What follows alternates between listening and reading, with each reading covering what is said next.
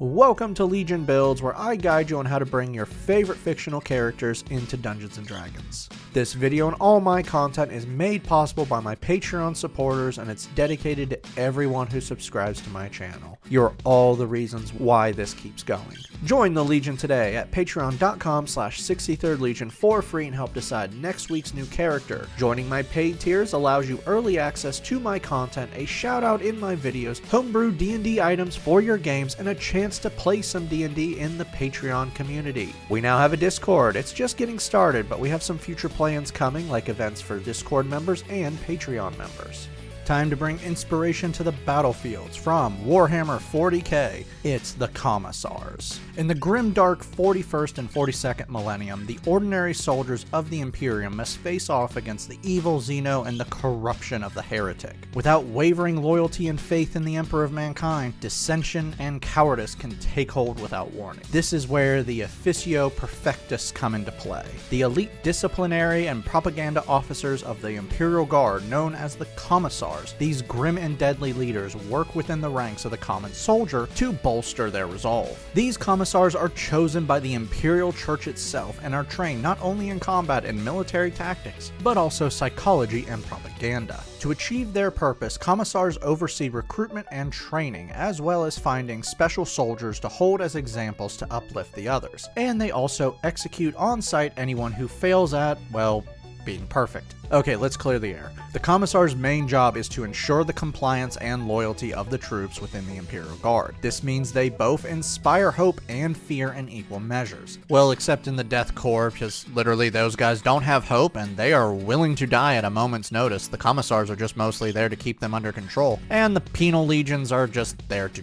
die, so who needs hope there? With their special training, they can recite the prayers of the Holy Emperor as readily as they can execute a soldier that they have deemed cowardly. Some, like the great Caiaphas Cain, use hope to inspire, but others prefer public executions because it's just easier.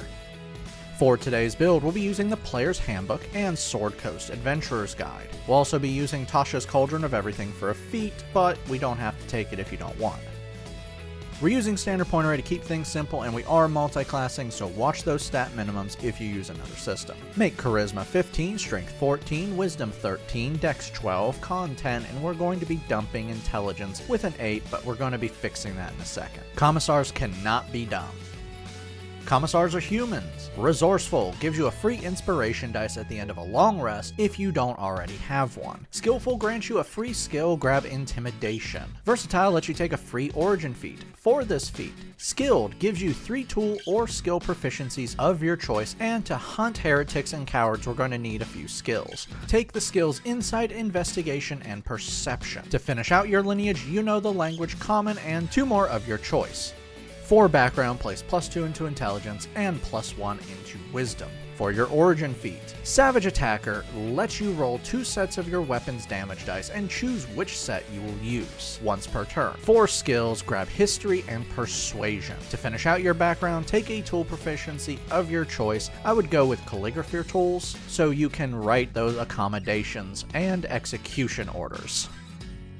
Level 1 Paladins start off with 2 skills. Take Athletics and Religion. You are proficient in all weapons, armor, shields, and the saving throws Wisdom and Charisma. Lay on Hands gives you a pool of healing that equals 5 times your Paladin level between long rests. As a bonus action, you can take from the pool and heal someone you touch equal to the total you took, including yourself. You can also expend 5 from your pool to end the poison condition. Weapon Mastery allows you to access special properties of your weapons. At the end of a long rest, you choose 2 weapons you're proficient with, and now when you use them, you access their Weapon Mastery property. 4 weapons you'll use. Long swords give you sap. This causes a creature you've hit with this weapon to have disadvantage on their next attack before the start of your next turn. Pistols give you Vex. This gives you advantage on your next attack against a creature you've hit with this weapon before the start of your next turn. Spellcasting is going to help you bolster your troops. You can now cast spells. Charisma is your spellcasting modifier. You regain used spell slots at the end of a long rest, and you're starting off with 2 first level spells. For Warrior spells. Heroism allows you to install courage within a creature you touch. You touch a willing creature, and now while you maintain this spell for 1 minute, that creature is immune to the frightened condition, and they gain temp HP equal to your spellcasting modifier each turn.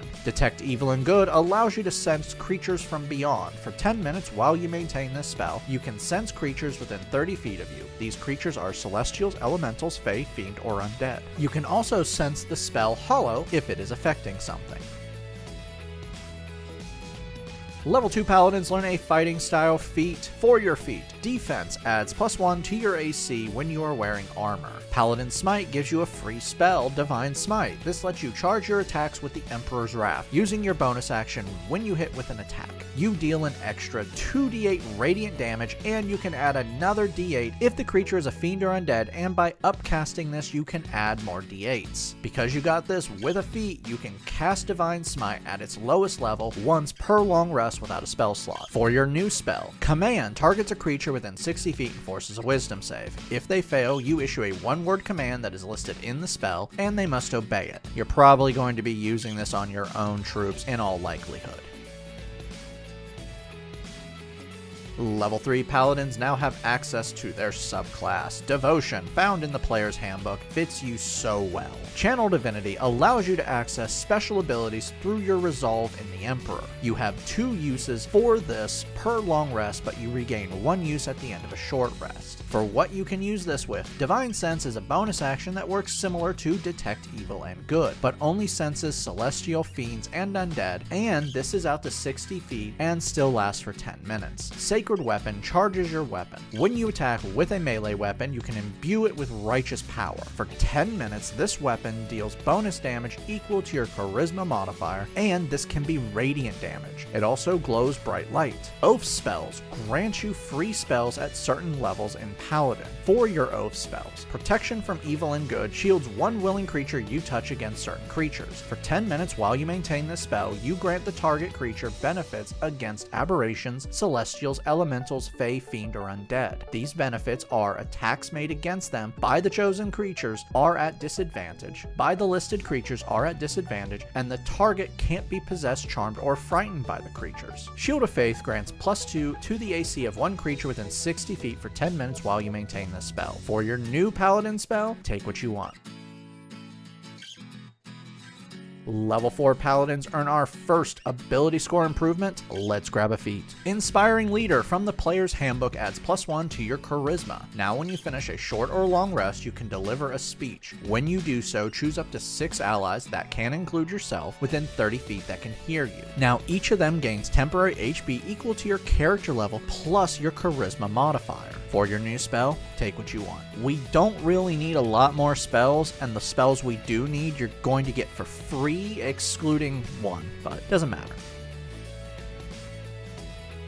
Level 5 Paladins unlock extra attack. You can now attack twice with a single attack action. Faithful Steed gives you a free spell, Find Steed. This summons to you a mount to serve you. Because you got this for free, you can cast this spell without a spell slot once per long rest, which is pretty cool because once you summon the steed, it stays until you dismiss it or it dies. You also now have second level spells. For your Oath spells, Aid lets you choose up to 3 creatures within 30 feet. Each creature has their hit point maximum increased by 5 for 8 hours, as well as their current hit points. Zone of Truth is going to be a blessing when you need to question people. You create a zone within 60 feet for 10 minutes. Any creature within the zone must make a charisma save or be unable to lie within the zone if they fail. They and you will know if they can't tell a lie, but they can avoid telling you the truth. But that being said, every word they say must be the truth. For your new spell, take what you want.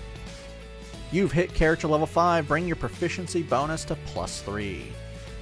Level 6 Paladins learn Aura of Protection. Now, when you are incapacitated, you and every ally within 10 feet of you gains a bonus to their saving throws equal to your charisma modifier. Level 1 Fighters start things off with a fighting style feat. For this feat, Archery adds +2 to your ranged attack rolls. Second Wind lets you heal yourself with a bonus action by 1d10 plus your fighter level. You can do this twice per long rest, but you regain 1 use at the end of a short rest. Weapon Mastery is the same, but now you can have up to 3 weapon masteries active. Level 2 fighters gain Action Surge. You can give yourself a free action once per short or long rest, but you can't cast a spell with this. Tactical Mind lets you use Second Wind when you fail a skill check, adding the D10 to the failure, but if you still fail, you don't burn the use of Second Wind. Level 3 fighters now have access to their subclass. Banneret from Sword Coast is going to make you an inspiring presence. Rally Cry allows you to use your second wind to heal your team. When you use a second wind, up to 3 creatures within 60 feet that can see or hear you regain HP equal to your fighter level. You've hit character level 9, bring your proficiency bonus to +4. Level 4 fighters earn another ability score improvement, raise your charisma again. You now have 3 uses of second wind and up to 4 weapon masteries. Level 5 fighters learn Tactical Shift. When you use second wind, you can now move half your speed without provoking attack of opportunity. Level 6 fighters earn another ability score improvement, Cap Off Charisma. Level 7 Banneret fighters receive Royal Envoy. You gain a new skill from a list, take Animal Handling, and now you double the proficiency bonus to your persuasion checks. This is going to be good because generals really don't like talking to Commissars. In fact, no one really likes talking to Commissars. So yeah, you need to be able to convince them to listen to you. Your character level 13, raise your proficiency bonus to +5. Level 8 fighters earn another ability score improvement, raise strength for better attacks and damage. Level 7 Devotion Paladins unlock Aura of Devotion. Now, you and every ally within 10 feet of you are immune to the Charmed condition. For your new spell, take what you want. Level 8 Paladins earn another ability score improvement, let's grab a feat. Gunner from Tasha's adds +1 to your dex and then allows you to ignore the loading properties of firearms you are proficient with, which this does make you proficient with firearms if you don't already have it. It also makes it so making a ranged attack within 5 feet of an enemy doesn't make the attack at disadvantage. If you're not really caring about using pistols, then don't worry about taking this as a feat. Level 9 Paladins gain Abjure Foes. Now with an action, you can use your Channel Divinity and force a Wisdom save on a number of creatures equal to your Charisma modifier within 60 feet. If they fail, they are now frightened of you for 1 minute or until they take damage. While they are frightened in this way, they can only do one thing their turn. They can move, take an action, or take a bonus action. You also now have 3rd level spells. For your Oath spells, Beacon of Hope lets you choose any number of creatures within 30 feet that you wish, and now they have advantage on wisdom saves and death saves. Also, when they heal, they gain the max HP they can. You must maintain the spell for 1 minute. Dispel Magic lets you target a magical effect within 120 feet, and if it is level 3 or lower, it shuts down. If it is a spell level 4 or higher, you must take a test to shut it down. For your new spells, Crusader's Mantle brings the Emperor's Glory to the battlefield. Now you and every ally within 30 feet of you deal an extra 1d4 radiant damage for 1 minute while you maintain the spell. You gain 1 more spell. Have fun choosing. You've hit the final milestone, character level 17. Max out your proficiency bonus at +6. Level 10 Paladins receive Aura of Courage. You and every ally within 10 feet of you are now immune to the Frightened condition.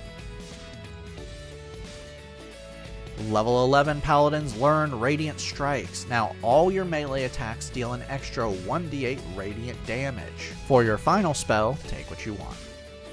Our final level is level 12 Paladin, and you earn our final ability score improvement, and now you're beyond character level 19, meaning you have access to epic boons. For your boon, Boon of Combat Prowess adds +1 to your dex. Also, now when you miss with an attack, you can instead hit with the attack. You can do this once per turn. Now that we've hit level 20, let's recap.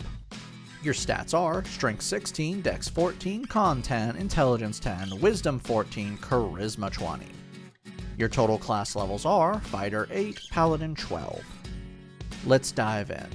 You are a commanding leader. You grant temp HP, you can heal your troops, you can make them immune to being frightened and charmed, add +5 to all their saving throws, can make their wisdom saves and death saves at advantage, and you can give them more damage. You are the Emperor's Wrath. Wielding a longsword, you're dealing 1d8 +3 + 1d8 radiant damage, and you can bump this up further by burning spell slots, giving you the ability to add up to 4d8 radiant damage. You can also roll 2 sets of your weapon's damage dice and choose which one you want. Finally, you're ready to weed out the weak. You can compel them to tell the truth, sense heresy amongst them, order them, give them a one-word command that they must follow, and your persuasion is +17. Downside: you're really out there to buff your team, which isn't a bad thing, you're just not going 1v1 with anyone. Your other skills for finding heresy are not that great. Not bad, but not great. Finally, health isn't good at all, as it's just over 120 HP taking the average. And if you keep killing your troops, there's nothing between you and the big green thing screaming Walg. But Commissars aren't supposed to be the heroes, they're the ones who find the heroes and kill the cowards, so this kinda works. It's time to weed out the zeros and bring courage to the troops and glory to the Imperium of mankind. I'd like to thank my Artificer tier. Thank you John Martin, Christopher R. Hunter, Java Squirrel, and Daniel Saftler. Make sure to like and subscribe to not miss a single new build each week on YouTube and Spotify. And make sure to check out my Patreon where you can help decide next week's new character.